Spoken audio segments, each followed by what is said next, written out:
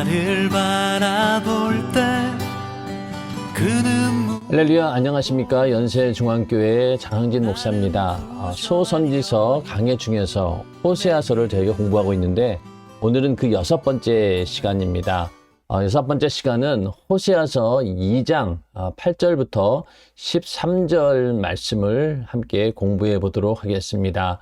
우리가 앞서 2장 2절부터 우리가 지난 시간에 공부를 했었죠. 그래서 이스라엘 백성들이 영적인 그 음행을 그치지 않으면은 하나님께서 그를 완전히 뻘거벗겨가지고 처음에 이스라엘 백성들이 광야에서 나올 때처럼 모든 축복들을 다 회수하고 하나님께서 다시 그렇게 빈털터리 또 벌거숭이로 만들 것이다 이렇게 말씀하시면서 또 그들이 바알을 숭배하는 그런 영적인 간음 행위를 할 때 그럴 때 그 마치 고멜이 옛날에 자기의 삶으로 돌아가려고 하는 것을 막기 위해서 가시로 그 길을 막고 담을 쌓아서 그 길을 찾지 못하게 한다라고 하신 것처럼 하나님도 그렇게 하신다는 거예요.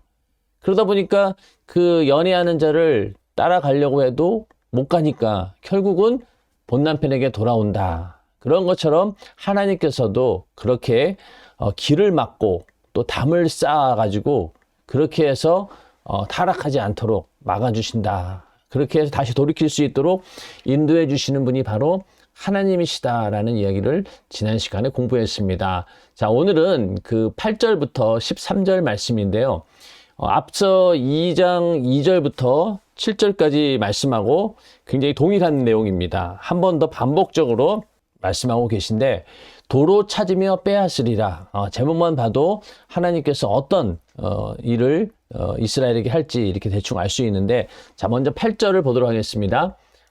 곡식과 새 포도주와 기름은 내가 저에게 준 것이요 저희가 바알을 위하여 쓴 은과 금도 내가 저에게 더하여 준 것이오늘 저가 알지 못하도다. 자, 하나님께서 이스라엘 백성들에게 곡식과 새 포도주와 기름을 주셨다는 거예요. 그리고 또 뭘 주셨느냐? 은과 금도 주셨습니다.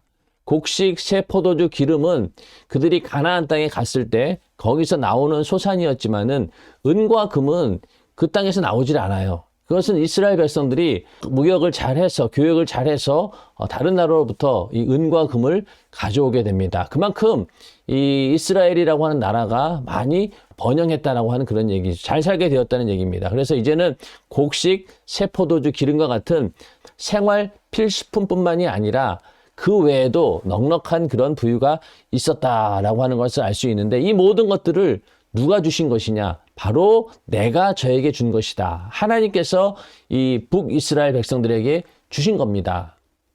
그런데 이 이스라엘 백성들이 어떻게 했냐? 그 바알을 위하여 은과 금을 쓰고 또 곡식, 새 포도주, 기름도 바알을 위해서 쓴다는 거예요. 그래서 내가 저에게 더하여 준 것이오늘 저가 알지 못하는도다. 그러니까 바알을 위하여서 하나님께서 주신 은과 금을 썼다라고 하는 거예요. 광야에서 이스라엘에게 40년 동안 만나를 주신 분도 바로 하나님이시고, 그들이 나중에 가나안 땅에 정착을 해서 거기서 먹고 살 수 있도록 곡식과 새 포도주와 기름을 주신 분도 바로 하나님이시죠. 은과 금도 그 이상으로 생존에 필요한 것뿐만이 아니라 그 이상으로 주셨어요. 그런데 그 모든 것들을, 그런 풍요로움을 바알에게 감사하는 일에, 바알과 한마디로 놀아나는 일에 사용했다는 거죠. 우상 숭배하는 일에 하나님께서 주신 복을 사용했다라고 하는 겁니다. 한마디로 하나님께서 주신 복을 죄악을 행하는 도구로 악용을 한 것이죠. 그러니까 이스라엘이 점점 하나님께서 축복해 주셔가지고 더 많은 복을 주면 줄수록 이스라엘 백성들은 오히려 더 바알을 찾았다는 거예요. 자, 하나님께서 이스라엘 백성들에게 이 가나안 땅을 주신 이유가 뭘까요? 그 전까지만 해도 이스라엘 백성들은 유목민이었기 때문에 정처 없이 떠돌아다녀야 되는 그런 민족이었습니다. 그리고 나라 형태도 갖추지 못했던 아주 아무것도 없는 그런 민족이었는데 하나님께서 그들을 애굽에서 불러내서 가나안 땅을 주셨어요. 그럼 이제는 정착하게 되었고 거기서 부족함 없이 곡식을 얻어서 먹고 살 수 있는 그런 문제가 해결되었다는 거죠. 그러니까 의식주 문제가 이제는 해결이 된 거예요.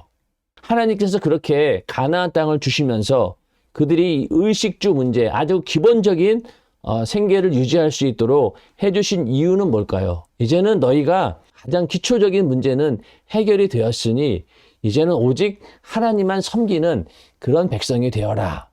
이렇게 하나님께서는 기대하셨던 거예요. 그런데 이스라엘 백성들은 그걸 잊어버린 거죠.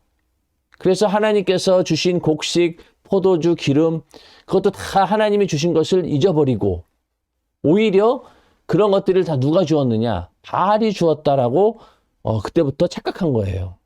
그 곡식, 포도주, 기름 이거는 너무나 당연한 것인데 그걸 하나님이 주었다라는 것을 망각해버리고 오히려 바알을 섬겼다는 이야기입니다. 먹고 사는 문제는 하나님이 해결해 주셨어. 그건 알아요. 근데 더 잘 살기 위해서는 내가 지금 누리고 있는 이 부유보다 더 큰 부유를 누리기 위해서는 바알 신을 섬겨야 되는구나. 왜냐하면 가나안에 살고 있는 그 사람들을 보고 나서는 그렇게 생각한 거예요. 이거 먹고 사는 문제로 끝나는 게 아니라 더 좋은 것들이 있구나. 그런 것들을 얻기 위해서는 어떻게 해야 되느냐? 바알을 섬겨야 되겠다. 그러면서 정신을 못 차리고 하나님을 섬기지 않고 바알을 섬겼던 거죠. 그래서 오늘날 우리도 하늘나라와 그 의를 구하라. 그리하면 모든 것에 더하리라. 이렇게 말씀하셨지 않습니까? 그 말씀은 우리가 하나님과의 관계 속에서 신앙을 먼저 의로 여길 때 하나님께서는 입을 것, 먹을 것, 쓸 것, 필요한 것들을 일용할 양식을 주시겠다는 거예요. 그 순서가 바뀌면 안 되는 겁니다. 그런데 만약에 그 반대로 하늘나라와 그 의를 구하지 않는다라고 하면 어떻게 된다는 거예요? 하나님께서 주셨던 모든 것들을 다 받을 수 있는 기회가 박탈된다는 겁니다. 먹을 것, 입을 것, 쓸 것, 필요한 것들 하나님께서 더 이상 채워주지 않는다는 거예요. 이스라엘 백성들에게 지금 그 얘기를 하고 있는 겁니다. 그래서 그들이 바알을 숭배하는 그 우상 숭배에 젖어가지고 잊어버린 거예요. 하나님께서 자기들에게 모든 것을 주셨다라고 하는 것을 잊어버리고 있다는 겁니다. 자, 그렇게 잊어버리고 있으니 하나님께서 어떻게 했느냐? 그러므로 그 시절에 내가 내 곡식을 도로 찾으며 그 시기에 내가 내 새 포도주를 도로 찾으며 또 저희 벌거벗은 몸을 가리울 내 양털과 내 삶을 빼앗으리라. 자, 그렇게 이스라엘 백성이 하나님께서 주신 것도 알지 못하고 오히려 하나님이 주신 것들을 바알을 숭배하는 일에 우상 숭배하는 일에 써버리고 있으니 하나님께서 그것을 다 도로 찾으신다는 거예요. 자, 여기서 그 시절에 그 시기에라고 하는 말은 뭐냐면은 곡식 같은 경우는 심으면은 거두는 시절이 있는 거죠. 추수하는 시기가 있는 거예요. 그리고 포도주도 마찬가지로 포도주를 담궈 놓으면은 나중에 익어서 포도주를 먹을 수 있는 때가 온다는 겁니다. 그 시절 그 시기에. 그러니까 곡식도 때가 되면은 가을이 되면은 열매를 맺어서 이제는 수확할 수 있는 그런 시기가 이르게 되는 것이고 포도주도 마찬가지고요. 그런데 그것을 도로 찾는다라고 하는 것은요. 하나님께서 그렇게 소산물을 거둘 수 있도록 그냥 두지 않으신다는 거예요. 그러니까 도로 찾으며라고 하는 것은요. 내 곡식을 거두지 못하도록 하신다는 거예요. 자, 그 시절이 오면은 때가 되면은 당연히 추수할 계절이 오게 되고 이제는 곡식을 심었으니까 이제는 거둘 때가 되었구나. 당연히 거두겠지라고 했지만은 그렇게 하지 못한다는 거예요. 그러니까 당연한 것들이 이제는 당연한 것이 되지 않는 그런 때가 올 것이다. 새 포도주도 마찬가지입니다.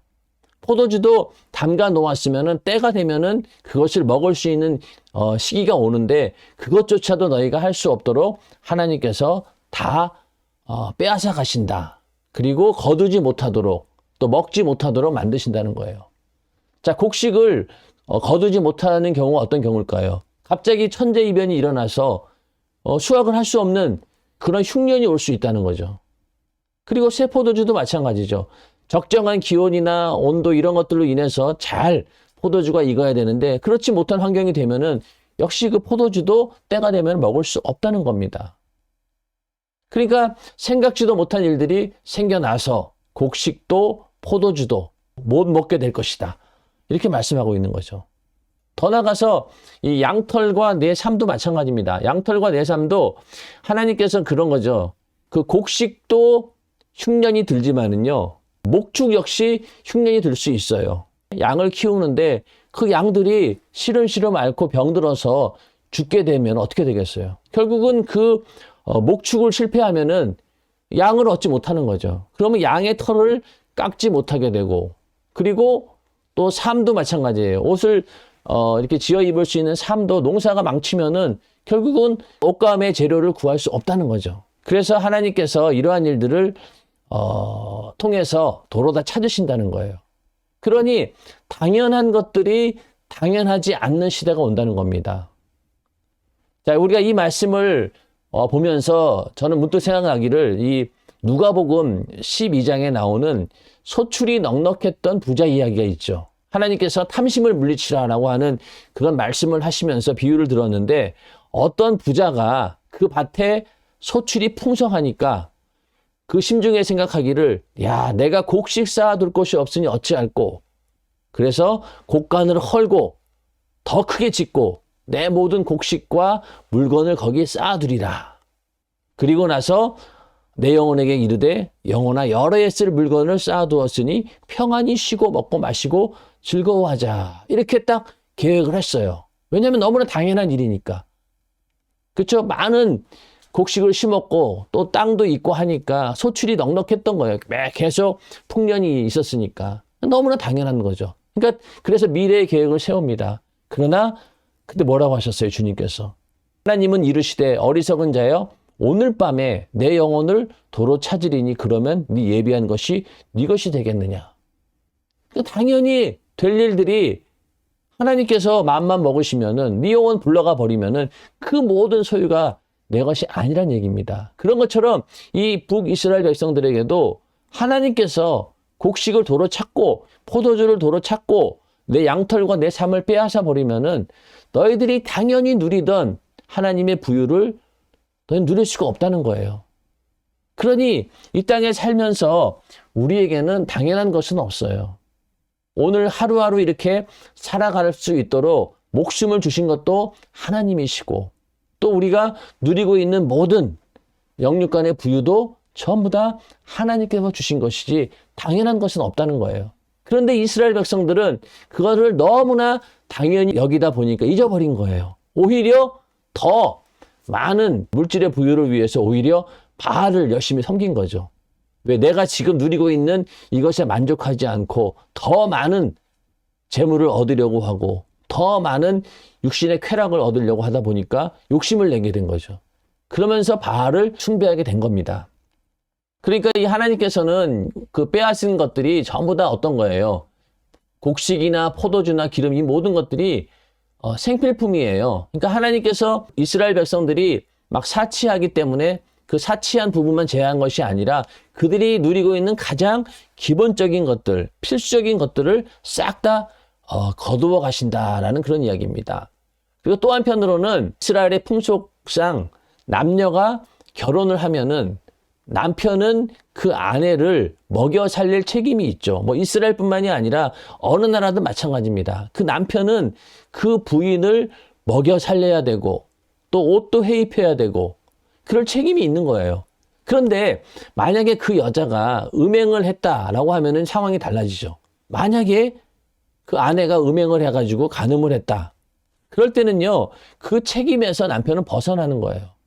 이제 할 필요가 없는 거예요. 고멜 같은 여자가 남편을 두고 간음을 했다라고 하면은 이 호세아 입장에서는 더 이상 그 아내를 먹여 살릴 의무가 없다는 거예요. 하나님도 마찬가지예요. 북이스라엘 백성들이 이렇게 바알을 숭배하는, 영적으로 간음했다라고 하면은 그 순간부터 남편이신 하나님은 그 아내인 이스라엘에게 이런 의무가 없다는 겁니다. 먹여주고 또 입혀주고 그런 남편으로서의 책임을 할 이유가 없는 거예요. 그동안 하나님께서는 정말로 신실하게 그 남편으로서 그 이스라엘에게 책임을 다했죠. 그런데 이스라엘은 오히려 배반하고 다른 신을 숭배하는 그런 간음을 하고 말았기 때문에 결국은 하나님께서 이제는 나는 너에게 더 이상 책임이 없다. 이렇게 말씀하고 있는 것입니다. 그러므로 하나님께서 우리에게 주시지 않으면요, 어느 것도 이루어지는 것은 아무것도 없습니다. 나에게 주어진 모든 것들이 하나님께서 주신 것이죠. 우리가 성경을 좀 보면은요. 자, 시편 127편 1절을 보면은요. 1절부터 보면은 여호와께서 집을 세우지 아니하시면 세우는 자의 수고가 헛되며 여호와께서 성을 지키지 아니하시면 파수꾼의 경성함이 허사로다. 하나님께서 그 집을 세우셔야 된다는 거예요. 하나님께서 그 성을 지켜야 되는 것이지 인간의 수고는 아무런 의미가 없다. 허사라는 겁니다. 그리고 2절에서 너희가 일찍이 일어나고 늦게 누우며 수고의 떡을 먹음이 헛되도다. 아무리 성실하게 일하고 열심히 산다 해도 그 수확이 없다는 거예요. 결국 이 얘기는 뭐냐? 그 모든 것들이 어디에서 나온다? 바로 하나님에게서 나온다라고 하는 사실을 절대로 잊지 말라는 겁니다. 오늘 우리가 평범하게 누리고 있는 이 모든 것들이 하나님께서 우리에게 주신 축복입니다. 그걸 절대로 잊어서는 안 된다는 거예요. 욥기서 1장 21절 말씀인데요. 가로되 내가 모태에서 적신이 나와 싸운즉 또한 적신이 그리로 돌아가올지라 주신 자도 여호와시오 취하신 자도 여호와시오니 여호와의 이름이 찬송을 받으실지니라. 자, 이게 욥의 신앙이었습니다. 그런 것처럼 주신 이도 하나님이시고 또 취하신 이도 다시 가져가시는 분도 하나님이시라는 거예요. 그러니까 우리의 모든 것들이 다 내 것이 아니라 바로 하나님 것이다 라고 하는 그런 신앙을 가지고 있어야지만이 이 북이스라엘처럼 그런 일을 당하지 않는다는 겁니다. 그래서 이스라엘 백성들에게는 너무나 당연한 것들, 때가 되면은 곡식을 얻고 입을 것이 생기고 또 때가 되면은 마실 것이 생기고 그렇지만은 이제는 그런 것들을 도로 다 찾아가 버리시면은 이제는 다 남는 게 없는 거예요. 이걸 하나님께서 다 빼앗아 가신다. 그러니 너희는 빨리 이 우상 숭배에서 영적인 음행에서 간음에서 돌이켜라 이런 얘기죠. 그 다음에 10절에 가서도 계속해서 더 이제 심하게 하나님께서 이스라엘 백성들을 책망하십니다. 이제 내가 그 수치를 그 연애하는 자의 눈앞에서 드러내리니 저가 내 손에서 건져낼 사람이 없으리라. 자, 이렇게 다 빼앗은 다음에 내가 그 수치를 그 연애하는 자의 눈앞에서 드러내리니 자, 여기서 그 연애하는 자가 누구예요? 이스라엘로 치면은 바로 바알 신이죠. 바알을 숭배했으니까. 그러니까 이 고멜이라고 치면은 고멜의 정부, 고멜과 연애했던 그들 자들 앞에서 그 수치를 드러낸다는 거예요. 완전히 빨가벗겨서 그 부끄러움을 드러낸다는 얘기죠. 세상에서 보면은 이렇게 불륜한 사람들을 보면은요, 그 불륜을 저지른 상대방 있잖아요. 여기로 치면 그 연애하는 자가 되겠죠. 그 사람들은 막상 남편이 들이닥치면 어떻게 돼요? 두들겨 맞거나 도망치거나 전혀 힘을 쓸 수가 없습니다. 왜? 불법이니까. 그런 것처럼 이스라엘 백성들이 바알을 숭배하면서 간음한 행위가 들켰어요.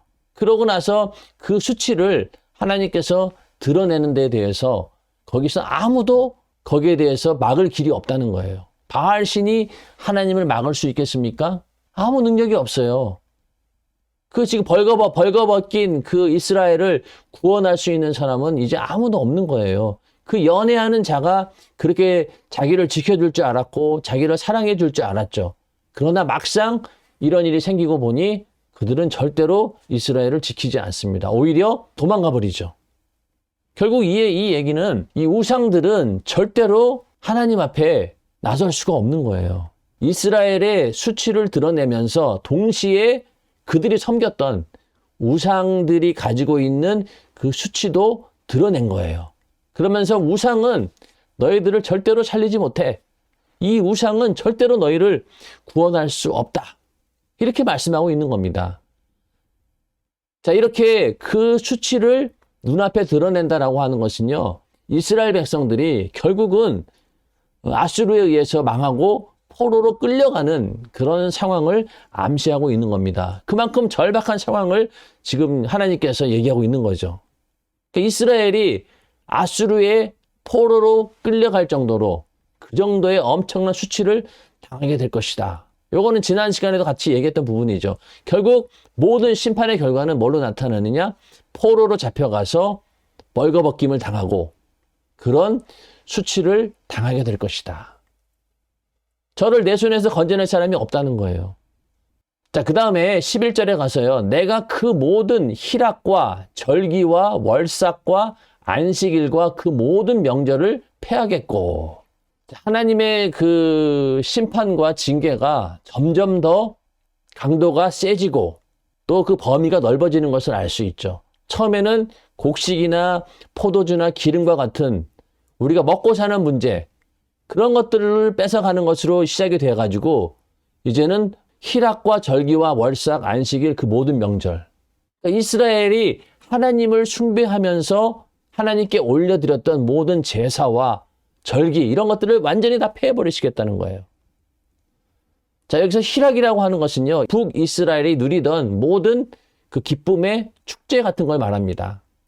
그러니까 절기나 또 월삭, 안식일 이런 하나님의 그런 절기나 이런 것들이 있을 때 그 기쁨을 하나님께 영광 올려드리면서 나누는 그런 축제의 분위기, 그런 것들이 이제는 사라진다는 거예요. 절기는 뭡니까? 이스라엘의 3대 절기, 6월절, 77절, 초막절 이런 것들을 이제는 전부 다 폐해버리겠다. 그리고 월삭은 뭡니까? 매월 하나님께 올려드리는, 매월 첫날에 지키는 그런 원래의 절기를 말하는 거죠. 그리고 안식일은 무엇입니까? 매주 첫날에 하나님께서 성별해 드리는 날이니까 절기는 1년 중에 몇 번, 그리고 월삭은 매달 한 번 드리는 그런 하나님께 올려드리는 제사, 안식일도 마찬가지죠. 그런 날들을 완전히 모든 명절들을 폐하겠다는 거예요. 그러니 이제는 내 육신에 있는 것들을 다 빼앗아 가시고 이제는 내 영적인 것까지도 이제는 다 하나님께서 그 축복을 거두어 가겠다라는 그런 엄청난 무시무시한 하나님의 말씀입니다. 오늘날 우리에게도 가장 큰 그런 저주는 무엇일까요? 우리가 먹고 사는 일이 막막해질 수 있죠. 내가 감당할 수 없는 그런 문제들이 생길 수 있습니다. 그러나 그거보다도 더 무서운 건 뭐냐면은 하나님과의 관계가 단절되어 버리는 것. 이것이 가장 두려운 일이죠. 자, 우리가 만약에 하나님께 예배 드릴 수 없다라고 하면은 그것만큼 절망은 없습니다. 그런데 이스라엘에게 지금 그런 위기에 봉착한 거예요. 하나님과의 관계가 끊어질지도 모르는 그런 상황에 왔다는 겁니다. 왜 그랬을까요?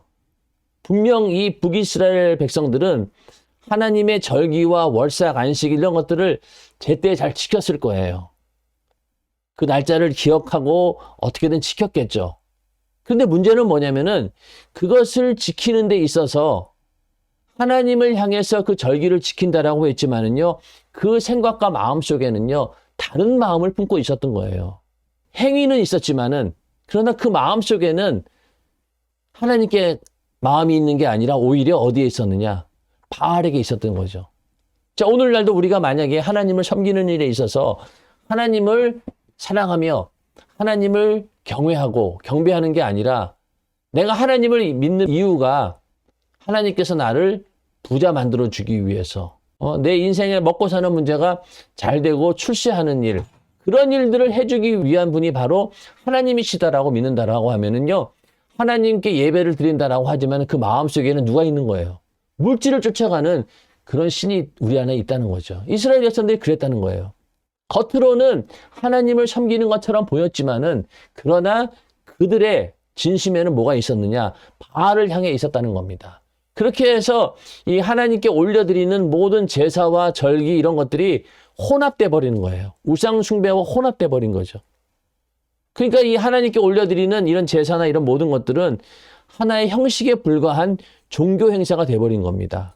그러니까 하나님 섬기는 절기를 우상 숭배하듯이 해버린 거예요. 그 하나님께서 그거를 받으시겠냐고요. 차라리 그런 가식적이고 외식적인 형식적인 그런 제사 필요 없다. 차라리 없는 게 낫겠다. 그래서 하나님 없애버리겠다는 거예요. 그러니 이것이 정말로 가장 최악의 하나님의 주시는 심판이고 징계입니다. 오늘날 우리가 이 코로나 시대를 맞으면서 기독교인들을 위협했던 것이 무엇입니까? 야, 이게 예배가 사라질 수도 있겠다. 그런 위기감을 느낀 거예요. 결국 그 얘기는 뭘까요? 그만큼 이 나라와 민족이 하나님 보시기에 타락했고 하나님의 심판의 날이 가까워왔다.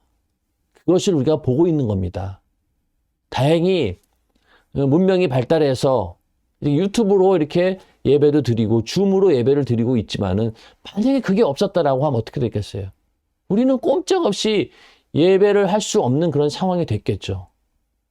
그게 과연 세상이 그랬으니까 그렇다라고 말할 수 있겠습니까? 아닙니다. 하나님께서 이 나라와 민족의 죄악과 타락을 더 이상 지켜보지 못하고 너희를 징계하겠다라고 하는 경고의 메시지로 우리는 받아들여야 된다는 거예요. 그래서 가장 저주받은 사람이 무엇이냐? 하나님과 만날 수 있는 기회가 단절되는 사람이 가장 저주받은 자이죠. 지옥이라고 하는 것이 왜 참혹하고 그것이 왜 그렇게 무섭고 두려운 것일까요?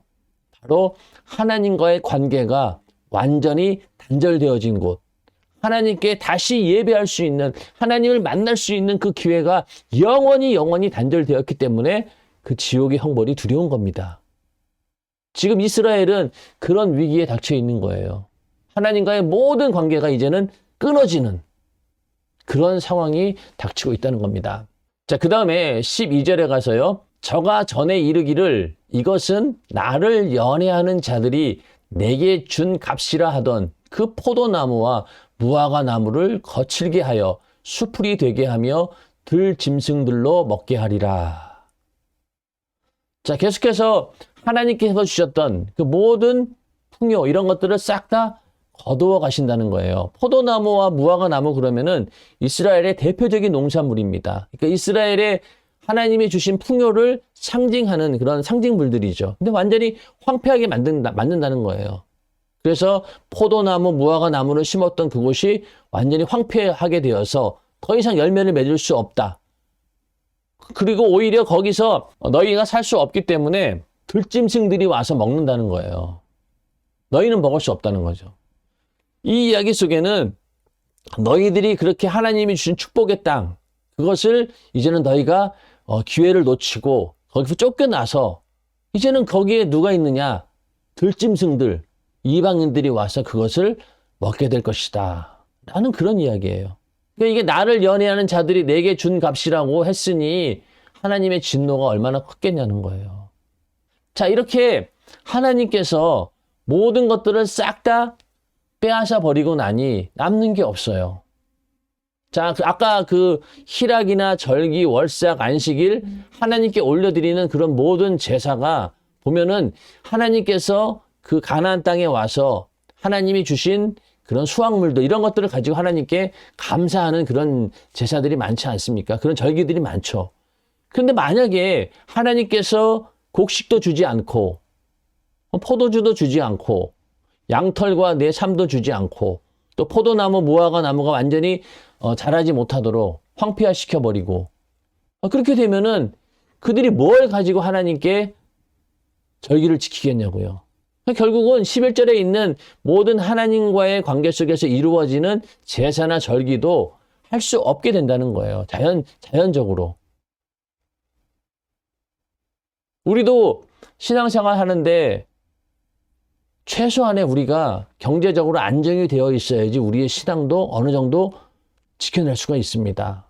너무 가난하고 하루하루 먹고 사는 일이 걱정이 되고 그러면은 우리의 신앙이 오히려 더 그 두려움 때문에 그 불편함 때문에 마음껏 신앙생활을 하지 못합니다. 그래서 하나님께서 우리에게 일용할 양식을 주시고 하늘나라와 그 의를 구하는 자에게 이런 것들을 채워주시는 거예요. 그런데 우리가 하늘나라와 그 의를 구하지 않으면 어떻게 되느냐? 하나하나씩 다 빼앗긴다는 거예요. 결국은 경제적인 그런 파탄도 일어나면서 오히려 그로 인해서 하나님께 더 이상은 갈 수 없는 예배가 단절되어 버리는 그런 상황까지 가게 된다는 겁니다.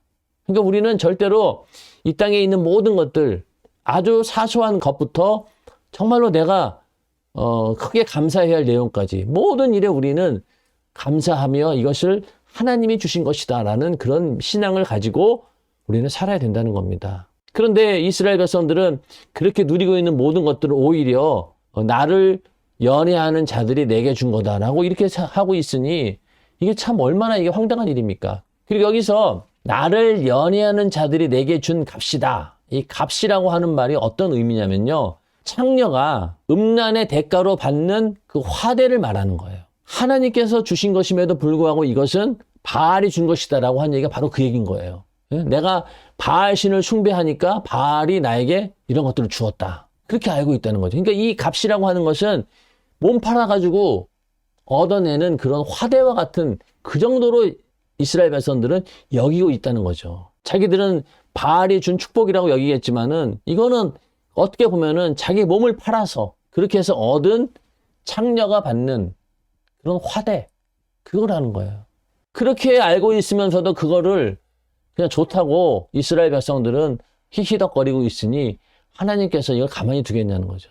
13절에 가서 저가 귀고리와 폐물로 장식하고 그 연애하는 자를 따라가서 나를 잊어버리고 향을 살라 바알들을 섬긴 시일을 따라 내가 저에게 벌을 주리라. 나 여호와의 말이니라. 자, 귀고리와 폐물로 장식했다라고 하는 것은 이 몸을 파는 여자들이 어떻게든 사람들에게 잘 보이고 이뻐 보이기 위해서 막 장식한다는 거죠. 그 우상을 숭배한다는 그런 의미에서 제의적이고 종교적인 그런 장식을 말하는 겁니다. 부적 같은 예가 되겠죠. 부적을 지니고 있다는 건 뭐예요? 그 부적이 나의 재앙을 막아줄 것이라고 하는 그런 믿음, 그런 신을 숭배하기 때문에 그 부적을 갖고 있는 거죠. 그런 것처럼 이스라엘 백성들이 이렇게 귀고리와 폐물로 장식한다라고 하는 것은 그들 몸에 우상을 지니고 있다는 거예요. 예수 믿는 사람이 십자가 목걸이를 하고 있다라고 하는 것은 나는 그리스도인입니다라는 그런 것들을 보여주는 거죠.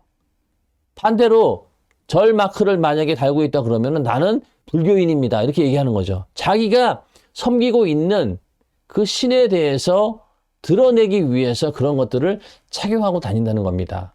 그러니까 이 귀고리와 폐물 이것은 바로 바알을 숭배한다 그러면은 바알 숭배를 상징하는 그런 상징물들을 몸에 지니고 다닌다라고 하는 거죠. 내가 섬기는 신은 바로 이 신입니다.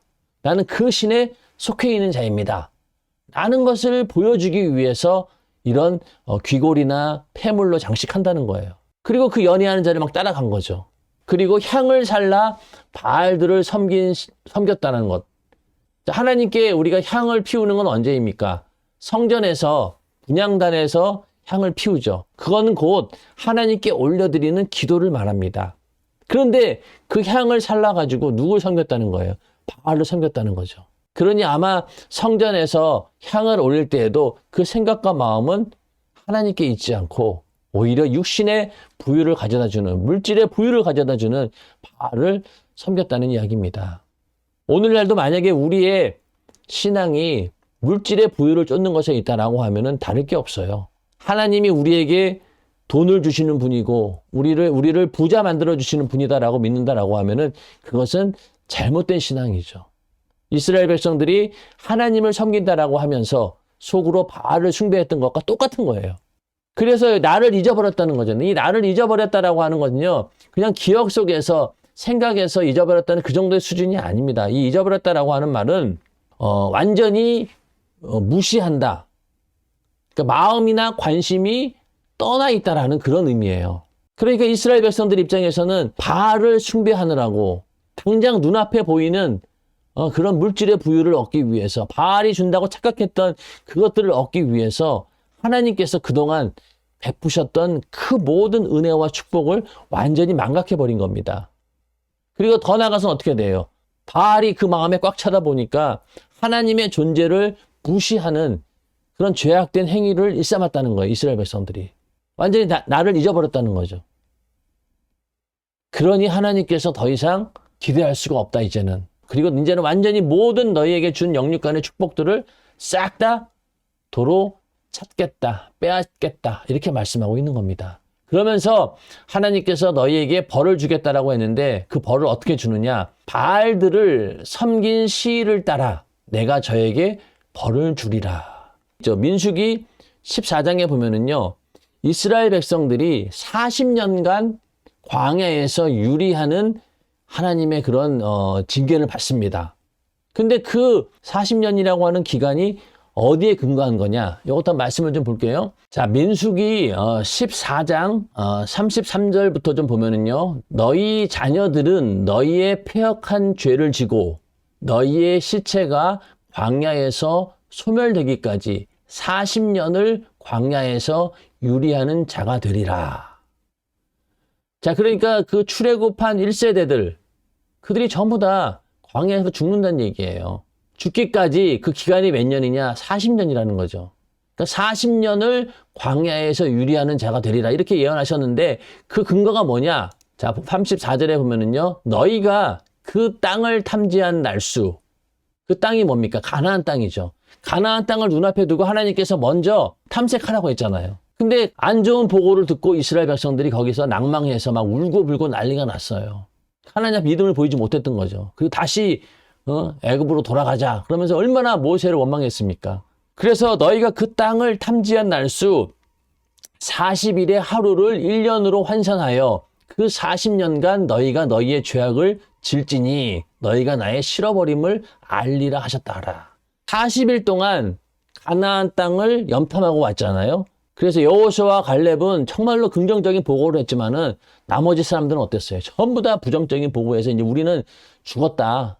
이렇게 보고하면서 이스라엘 백성들을 낭망시키고 결국은 하나님께서는 그 믿음 없는 그 모습을 보면서 징계를 내리셨는데 그 징계가 바로 40일의 하루를 1년으로 환산하여 그 40년간 너희가 그 짐을 짊어지게 했다는 겁니다. 광야의 40년은 바로 하나님께 믿음을 보이지 못했던 가나안 땅을 탐지하고 나서 올바른 보고를 하지 못했던 그 40일, 그 기간 동안에 그 40년이 된 거예요. 자, 그러면은 다시 본문으로 돌아가서요. 자, 바알들을 섬긴 시일을 따라 내가 저에게 벌을 주리라. 북이스라엘이 바알을 섬긴 시일이 얼마나 되냐면요. 북이스라엘 왕국이 총 208년이에요. 근데 208년 동안 거의 한시도 하나님을 제대로 섬긴 날이 별로 없어요. 북이스라엘은. 남유다보다 훨씬 더 심각합니다. 왕이면 왕마다 전부 다 악한 왕들이었어요.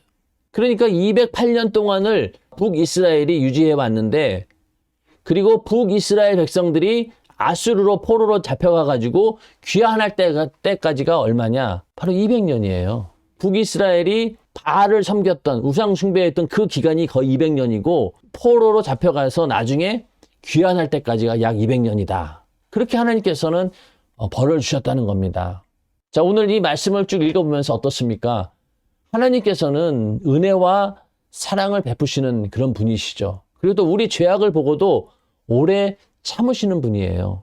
그러나 그 인내가 무한하진 않다는 겁니다. 왜?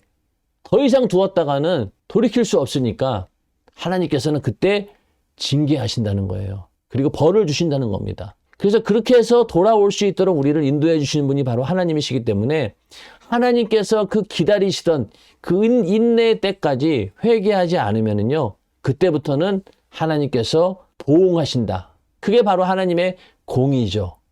그러니까 하나님의 은혜와 사랑도 있지만은 하나님은 그 공의로우신 분이다.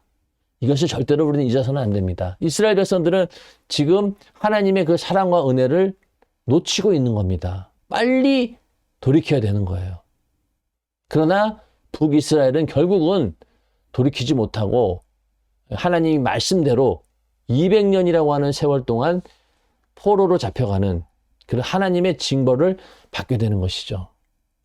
우리도 오늘 말씀을 읽으면서 야, 하나님께서 우리에게 모든 것을 주셨구나. 내가 누리고 있는 이 사소한 것들 다 하나님이 주신 것이다. 그리고 내 안에도 그 우상 숭배의 근성이 있구나. 하나님이 주신 것 외에 또 다른 것을 얻으려고 하는, 내가 이 정도로 하나님이 주시는 은혜 가운데 걱정 없이 먹고 살게 되었는데 내가 그 다음부터는 오직 하늘나라와 그 의를 구해야 되는데 더 많은 재물을 원하고 더 좋아지기를 원하고 더 육신의 쾌락을 누리기를 원하는 그런 마음이 우리에게 있다는 것을 우리는 잘 알아야 됩니다. 그렇게 하나님을 쫓지 않고 바알을 숭배한 북이스라엘이 하나하나씩 모든 것들이 빼앗기는 것처럼 우리에게도 그런 날이 올 수 있다. 결국 어느 것이 제일 두려운 거냐? 우리가 하나님과 만날 수 있는 그런 예배가 중단되어지는 그 순간 우리는 완전한 하나님의 심판이 이루어지고 있다는 사실을 기억하면서 절대로 우리는 하나님을 잊어서는 안 됩니다.